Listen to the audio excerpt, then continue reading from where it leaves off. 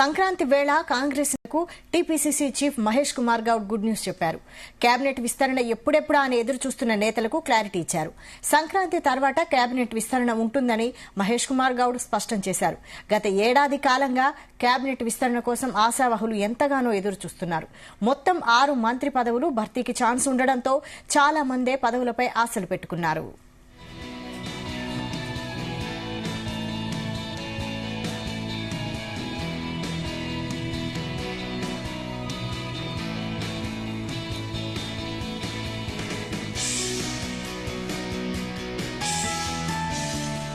సంక్రాంతి వేళ కాంగ్రెస్ నేతలకు TPCC chief Mahesh Kumar Goud good news చెప్పారు.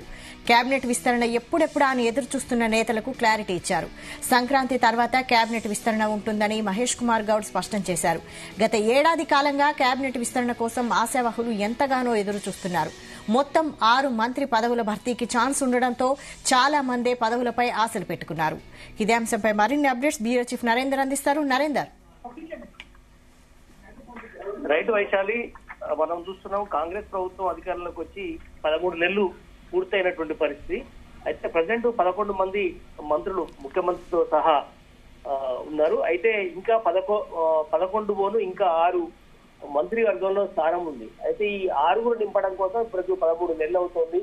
ఇంతవరకు ఇవ్వాలా రేపు అన్నటువంటి చర్చ జరుగుతోంది. ఇప్పటికే దసరా తర్వాత ముహూర్తం బాగుందని కొద్ది రోజులు, దాని తర్వాత దీపావళి తర్వాత అని చెప్పారు. అదేవిధంగా కొత్త సంవత్సరం స్టార్టింగ్ లోనే మంత్రివర్గ విస్తరణ ఉండబోతుందని చెప్పారు. ఇప్పుడు మళ్ళీ సంక్రాంతికి ఉండబోతుందనే ఒక చర్చ పెద్ద ఎత్తున జరుగుతున్న నేపథ్యంలో పిసిసి అధ్యక్షుడు మహేష్ కుమార్ గౌడ్ చాలా సంచలనమైనటువంటి వ్యాఖ్యలు చేశారు. ఖచ్చితంగా సంక్రాంతి తర్వాత కేబినెట్ విస్తరణ ఉండబోతోంది అన్న విషయాన్ని చెప్పడం జరిగింది.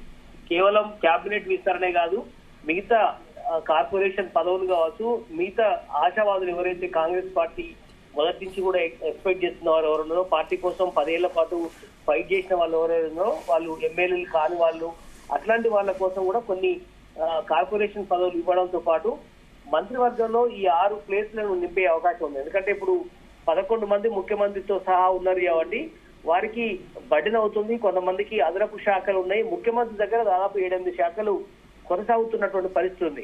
హోంశాఖతో సహా చాలా కీలకమైనటువంటి శాఖలు ఉన్నాయి కాబట్టి, విద్యాశాఖతో సహా ఇట్లాంటి వాటిని ఖచ్చితంగా ఈ మంత్రివర్గ విస్తరణ తర్వాత వాళ్ళకి అలాట్ చేసే అవకాశం ఉంటుంది. కనుక ఆశ వాళ్ళందరూ కూడా గంపెడ ఆశతో ఉన్నారు. ఖచ్చితంగా చాలా జిల్లాల నుంచి ఇంతవరకు ప్రాతినిధ్యం కూడా లేదు. మహబూబ్ నగర్ నుంచి ఒకరికి అవకాశం ఇస్తారని కూడా చర్చ ఉంది. ముఖ్యమంత్రి ఉన్నప్పటికీ కూడా జీపల్లి కృష్ణారావు ఆల్రెడీ ఉన్నారు అక్కడ. అదే సమయంలో మనం అనుకున్న ఆదిలాబాద్ కానీ, అదేవిధంగా నిజామాబాద్ కావచ్చు, ఇటు నల్గొండ నుంచి కూడా ఒక స్పేస్ వస్తుంది అన్నటువంటి ఒక చర్చ జరుగుతుంది. అదే సమయంలో వరంగల్ నుంచి ఓ చర్చ జరుగుతుంది.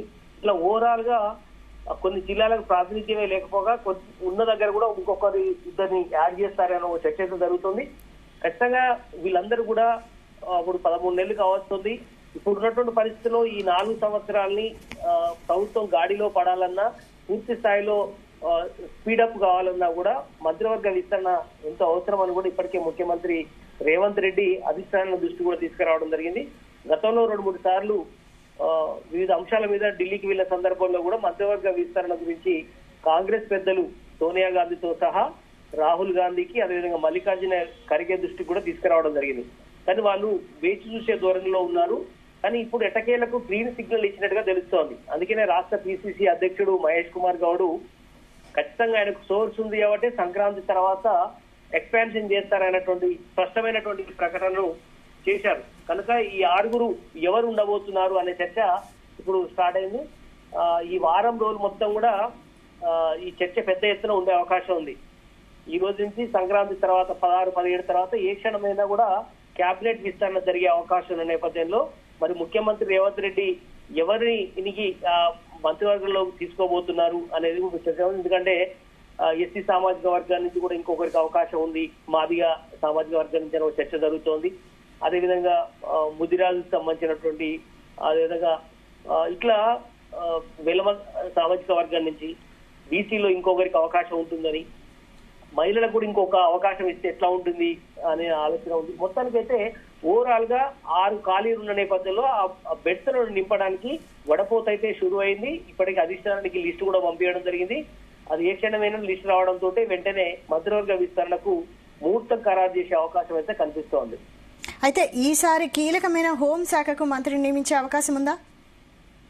ఖచ్చితంగా హోంశాఖ ఖచ్చితంగా మంత్రి ఉండబోతారు. అది సీఎం దగ్గర చాలా తక్కువ. ఒకరు కూడా హోంశాఖను కొద్ది కాలం పాటు పెట్టుకున్నారు కానీ ఖచ్చితంగా హోంశాఖను ఖచ్చితంగా మంత్రి ఉండాల్సిన అవసరం ఉంది. లా అండ్ ఆర్డర్ కంట్రోల్లో ఉండాలన్నా ఎప్పటికప్పుడు డీజీపీతో కానీ అదేవిధంగా జిల్లా ఎస్పీలతో కానీ లేదంటే తాజాగా జరుగుతున్నటువంటి అంశాలు కావచ్చు ఏదైనా కూడా ఖచ్చితంగా లా అండ్ ఆర్డర్ అదుపులో ఉండాలి. స్వయంగా మంత్రి ఉండడం అనేది ఆనవాయితీగా వస్తుంది. అదే విద్యాశాఖ కూడా ఖచ్చితంగా పెట్టాల్సిన అవసరం ఉంటుంది. అదే సివిల్ సప్లై కావచ్చు ఇట్లా కొన్ని శాఖలు పెండింగ్ లో ఉన్న నేపథ్యంలో వాటికి ఖచ్చితంగా నింపే అవకాశం అయితే కనిపిస్తుంది. లా అండ్ ఆర్డర్ విషయంలో తరచుగా విమర్శలు ప్రతిపక్షాలు చేస్తున్న నేపథ్యంలో కేసులు అవుతున్నాయి. అదే ఏసీబీ విచారణలు, అదే ఈడీ అంశాలు, ఫోన్ ట్యాపింగ్ అంశం గడిచిన 1 year గా పెద్ద ఎత్తున ఈ ఇష్యూస్ జరిగాయి. దీని మీద రియాక్ట్ కావడానికి ఎవరు కూడా మంత్రి లేకుండా అందరు మంత్రులు రియాక్ట్ అవుతూ వస్తున్నారు. బట్ చూడాలి, ఖచ్చితంగా హోంశాఖతో పాటు మిగతా అన్ని కూడా భర్తీ చేసే అవకాశం ఉంటుంది. ఆ 6 ఎవరు ఉండబోతున్నది ఇప్పుడు మొత్తం జిల్లాల వారీగా, కులాల వారీగా, సామాజిక వర్గాల వారీగా వాళ్ళు వడపోత పోస్తున్నటువంటి పరిస్థితి కనిపిస్తోంది. Right, thank you Narender.